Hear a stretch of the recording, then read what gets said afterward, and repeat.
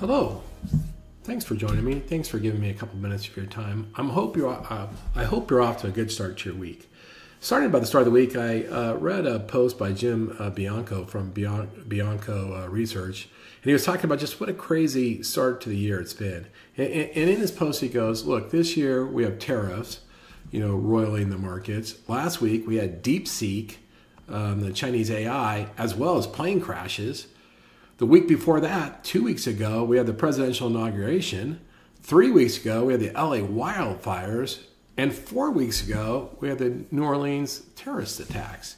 And so, boy, it's just been a crazy start to the year. A lot of volatility happening over each weekend. Every Monday, we're greeted with a brand new little present, a little surprise. But that's the way it's going to be this year. So we're just going to have to deal with it and figure out how we're going to go out and win. So today, though, I want to talk to you about really a recent survey that Strathmore did with, they got 82,000 responses from recent home buyers.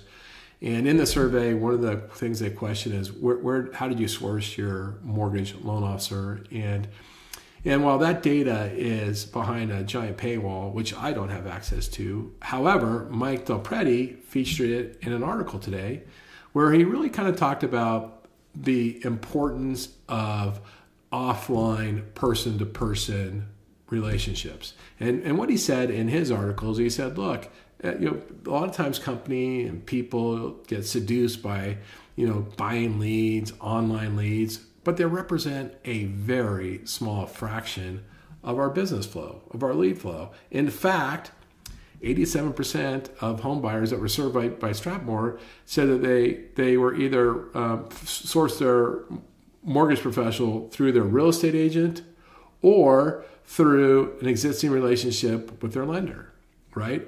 Or a referral from a family or friend. And what that comes to is over 87% of home buyers got referred to their loan officer from some offline source. And that was really Mike's point of the article. And I'll give you a peek at his article. Here it is. Mike DelPrete does great stuff. I love his work.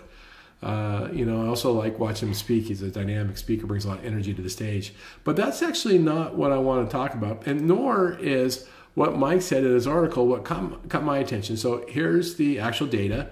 You can see roughly 30% of home buyers found their mortgage professional through their realtor. 27 found it through their existing relationship with the lender.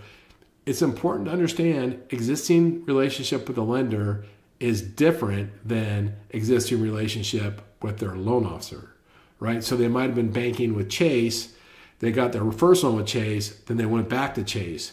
That's different than saying, hey, I got my first loan from Ron, when I need to get my second loan, I came back to Ron. So the third one, referrals from a family member is 14%. Existing relationship with the originator was 10%. 7% was unknown or other. 5% from a builder referral. 4% from internet search, and 3% from checking out online reviews. But what the data point that caught my attention, and the one that I hope catches your attention, is the one that says loan officers are only really retaining about 10% of their past clients. 10%. That means 9 out of 10 of your past clients, my past clients, are going somewhere else. And this is just a massive opportunity. I've written a couple articles on this. I've done several LinkedIn posts. I've done several videos, just encouraging mortgage and real estate professionals to get really committed to serving their past clients, to following up with their past leads, whether were productive or dead, to really stay active and engage with their SOI, their series of influence, their SOI. We just have to get better at that, and we have to master it. We have to create either follow-up campaigns or follow-up processes to nurture leads better, and we have to create better lifetime journeys where we serve our clients meaningfully so that we get the benefits of their future business. And we have to earn that. And it's going to get more and more competitive. As I coach loan officers, which I really enjoy doing, the first thing I start with is, what's your retention strategy? What's your numbers? How many of your past clients are you retaining? What's your yield out of your database? And then show me your journeys. Show me how you're adding meaningful value and serving the client over time, over a lifetime. and we can really quickly tinker with their processes to improve their retention rate. And that's always the first. I mean, there's no need to put more into ailing database that isn't working. Like, let's fix the database first. Let's fix the CRM. Let's fix what we're doing. And let's really get that flowing, that annuity flowing to you. And then let's worry about new lead acquisition. At least that's how I prioritize things. I hope you do too. I hope you find this valuable. It's so hard to go win a client. We just got to learn how to retain our clients. That's what the game in the future is going to be, is client retention. And that's where the new battlefield is who owns a client.